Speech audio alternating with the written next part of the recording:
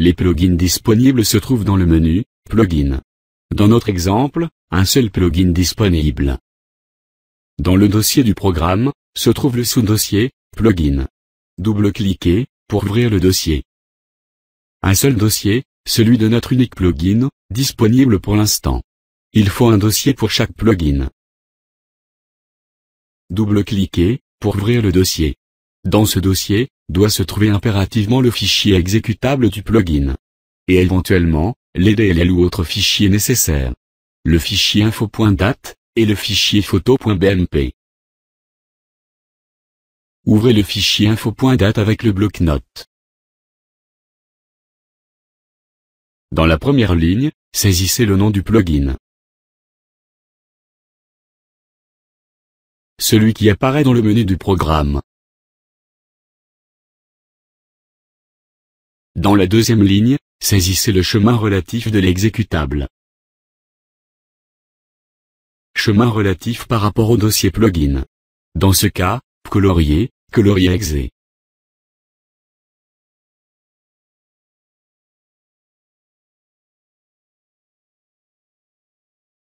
Dans la troisième ligne, vous devez indiquer au programme, là, où les photos, à envoyer au plugin. Si vous écrivez le mot all, le programme enverra toutes les photos de la scène. Sauf le fond qui n'est jamais envoyé. Si vous laissez cette ligne vide ou remplie avec d'autres mots, le programme n'enverra que la photo actuellement sélectionnée. Jamais le fond.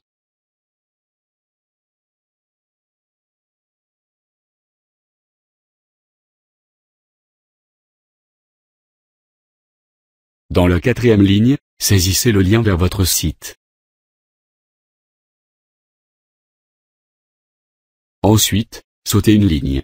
Cette cinquième ligne n'est pas lue par le programme. Ensuite, écrivez la description de votre plugin. Sur autant de lignes que vous désirez. Le fichier photo.bmp affiche la photo de présentation du plugin.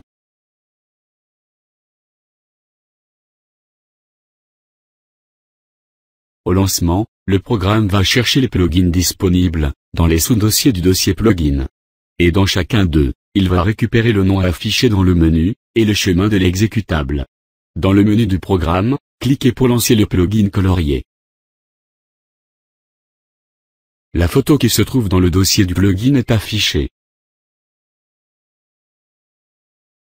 Si vous cliquez sur la photo, le lien qui se trouve dans le fichier info.dat, s'ouvrira sur le navigateur Internet.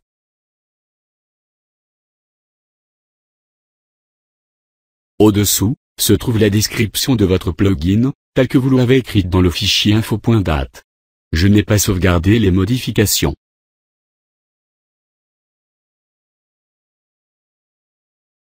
Cliquez sur le bouton OK, pour lancer le plugin.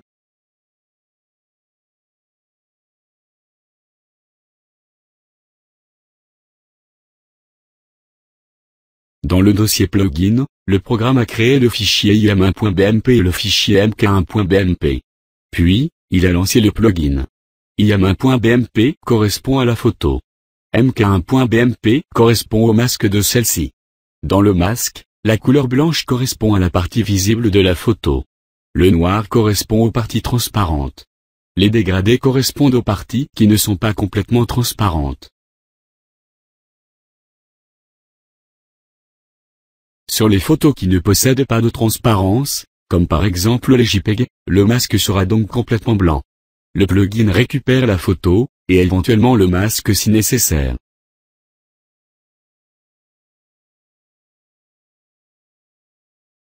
Lorsque vous cliquerez sur le bouton OK, le plugin remplacera la photo envoyée iam1.bmp, par la photo modifiée. Même chose pour le masque, si celui-ci doit être modifié. Par exemple, pour faire du warping ou autre. Ensuite, le plugin se ferme tout simplement. Si vous cliquez sur le bouton Annuler, le plugin ne fait rien. Il se ferme uniquement. Lorsque le plugin se ferme, le programme récupère les photos modifiées ou non. Puis il les supprime du dossier plugin. Si dans la troisième ligne du fichier info.dat, se trouve le mot all, le programme envoie toutes les photos de la scène dans le dossier plugin. Pour chacune d'elles, la photo et le masque. Numérotées en commençant par 1. Votre plugin devra les retourner dans le même ordre. Le fond n'est jamais envoyé.